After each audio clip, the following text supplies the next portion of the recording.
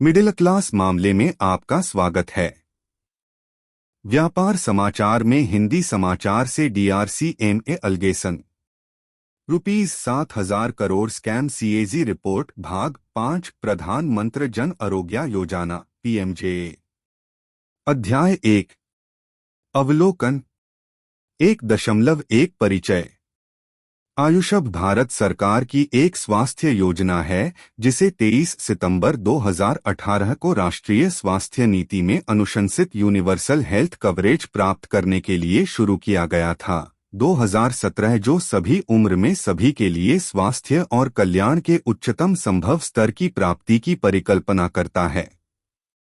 योजना को क्रमशः सामाजिक आर्थिक जाति जनगणना 2011 SECC 2011 के अभाव और व्यावसायिक मानदंडों के आधार पर ग्रामीण और शहरी क्षेत्रों में रोल आउट किया गया है 10.741 से अधिक करोड़ परिवारों के लिए।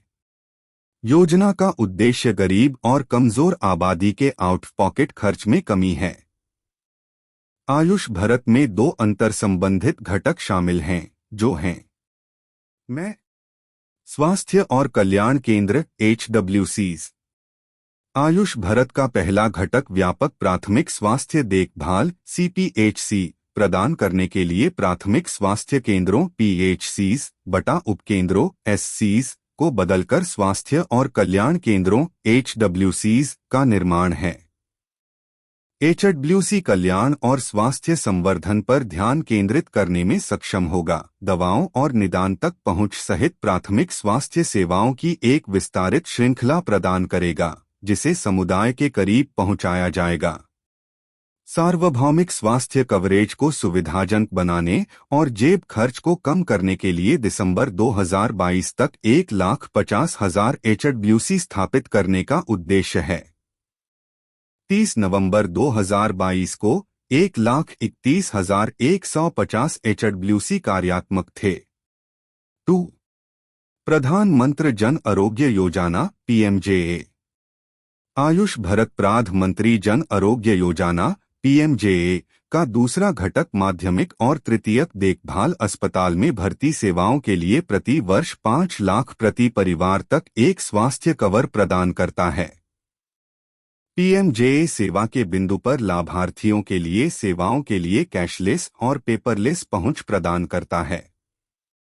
घरों का समावेश क्रमशः ग्रामीण और शहरी क्षेत्रों के लिए सामाजिक आर्थिक जाति जनगणना 2011 SECC 2011 के अभाव और व्यावसायिक मानदंडों पर आधारित है। इस संख्या में वे परिवार भी शामिल हैं जो राष्ट्रीय स्वास्थ्य बीमा योजना RSBY में शामिल थे, लेकिन SECC 2011 डेटाबेस का हिस्सा नहीं थे। भले ही PMJA घरों की पात्रता के आधार पर SECC का उपयोग करता है, कई राज्य पहले से ही अपनी स्वास्थ्य बीमा योजनाओं को लागू कर रहे हैं।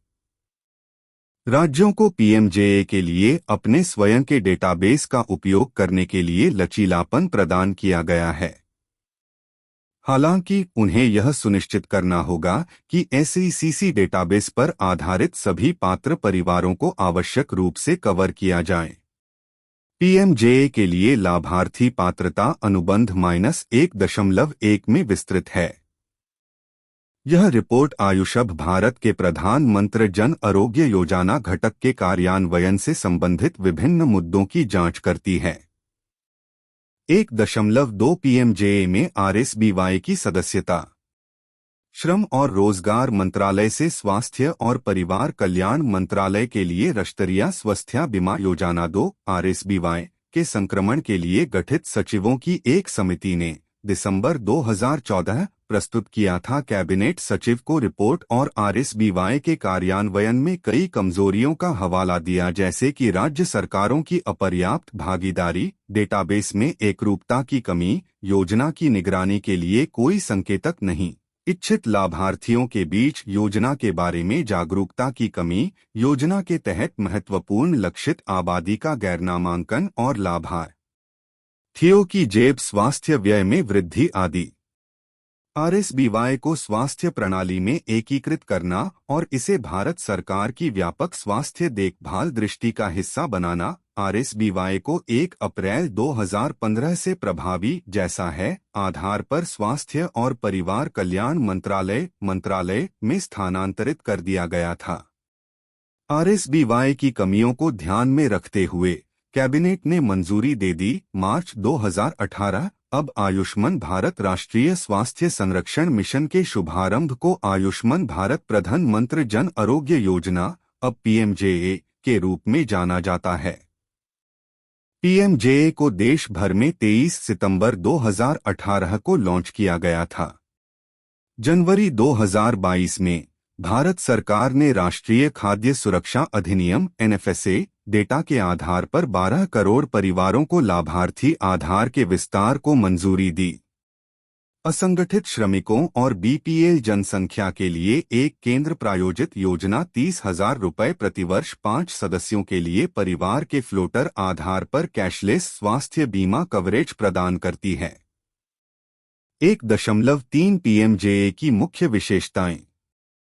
पीएमजेए की मुख्य विशेषताएं तालिका -1.1 में विस्तृत हैं। तालिका -1.1 पीएमजेए की मुख्य विशेषताएं। सार्वजनिक और एम्पैनल्ड निजी हेल्थ केयर प्रदाताओं के एक नेटवर्क के माध्यम से माध्यमिक और तृतीयक देखभाल अस्पताल में भर्ती के लिए परिवार के फ्लोटर आधार पर प्रति वर्ष प्रति परिवार 5 लाख तक का स्वास्थ्य कवर। अस्पताल में प्रवेश के समय लाभार्थी के लिए कैशलेस और पेपरलेस उपचार, किसी भी पैसे की आवश्यकता नहीं है। परिवार के आकार, उम्र या लिंग पर कोई टोपी नहीं। पंजीकृत लाभार्थी के आश्रित उसके कार्ड पर लाभ उठा सकते हैं। पूर्व अस्पताल के 3 दिनों का कवरेज और दवाओं, अनुवर्ती परामर्श और नैदानिक सहित अस्पताल में भर्ती होने के 15 दिनों के बाद के खर्च। देश भर में लाभ पोर्टेबल हैं। एक लाभार्थी अपने गृह राज्य से परे किसी भी राज्य के अस्पताल में एबीपीएमजे लाभ का लाभ उठा सकता है। स्वास्थ्य लाभ पैकेज -1.0 में 1393 प्रक्रियाओं का समावेश। HBP 2.0 दिसंबर 2019 में जारी किया गया। वर्तमान में 27 विशिष्टताओं के साथ 1949 प्रक्रियाएं शामिल हैं। अप्रैल 2022 कोविड-2019 रोगियों का उपचार भी आयुष्मान भारत के अंतर्गत आता है। 4 अप्रैल 2020 1.4 संस्थागत संरचना।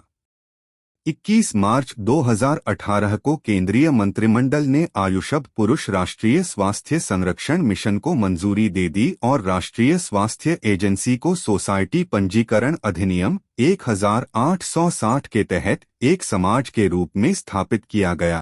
23 मई 2023 को सितंबर 2018 में मिशन का नाम बदलकर आयुष भारत प्रधानमंत्री जन आरोग्य योजना पीएमजेए कर दिया गया।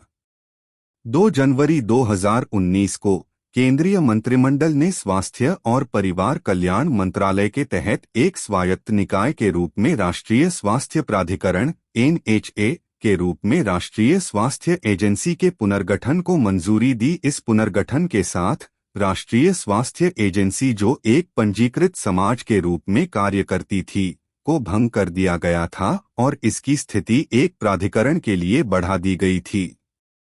NHA को एक कुशल, प्रभावी और पारदर्शी निर्णय लेने की प्रक्रिया के माध्यम से पीएमजेए को लागू करने के लिए पूर्ण स्वायत्तता, जवाबदेही और जनादेश प्रदान किया गया है। NHA एक गवर्निंग बोर्ड द्वारा शासित होता है। इसकी अध्यक्षता केंद्रीय स्वास्थ्य और परिवार कल्याण मंत्री करते हैं और इसमें 11 सदस्यों का एक पैनल है। NHA की संगठनात्मक संरचना अनुबंध -1.2 में दी गई है।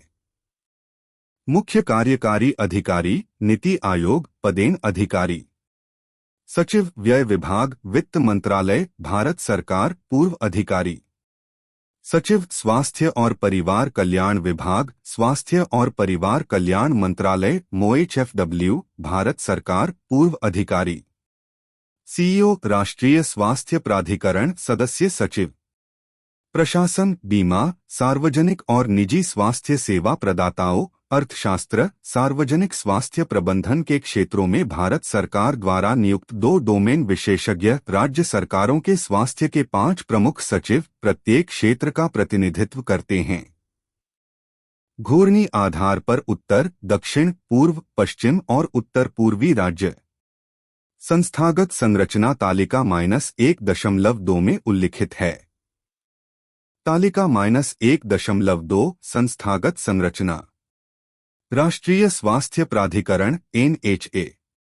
NHA सीईओ की अध्यक्षता में वित्त, प्रशासन, नीति और ज्ञान प्रबंधन, सूचना प्रौद्योगिकी, लाभार्थी सशक्तिकरण, अस्पताल नेटवर्किंग और गुणवत्ता आश्वासन (HNQA) और राज्य भागीदारी जैसे 7 खंडों में विभाजित है।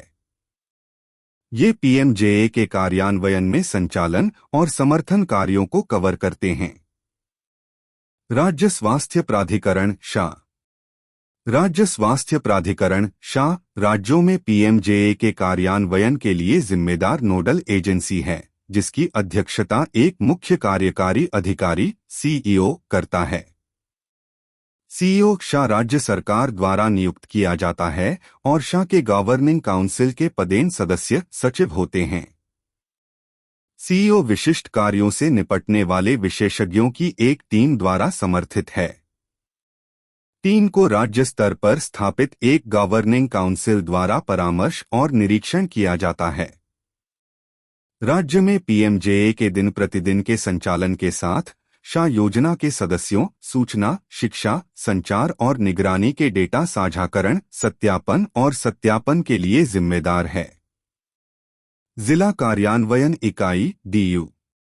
जिला कार्यान्वयन इकाई DU DC/DM/ जिले के कलेक्टर की अध्यक्षता में योजना के तहत शामिल प्रत्येक जिले में कार्यान्वयन का समर्थन करने के लिए स्थापित किया गया है। DU प्रभावी कार्यान्वयन सुनिश्चित करने और आवधिक समीक्षा रिपोर्ट भेजने के लिए कार्यान्वयन सहायता एजेंसी ISA/ बीमाकर्ता और नेटवर्क अस्पतालों के साथ समन्वय करता है। कृपया वीडियो को लाइक करें। कृपया चैनल को सब्सक्राइब करें। कृपया वीडियो को अपने दोस्तों और रिश्तेदारों के साथ साझा करें। देखने के लिए धन्यवाद।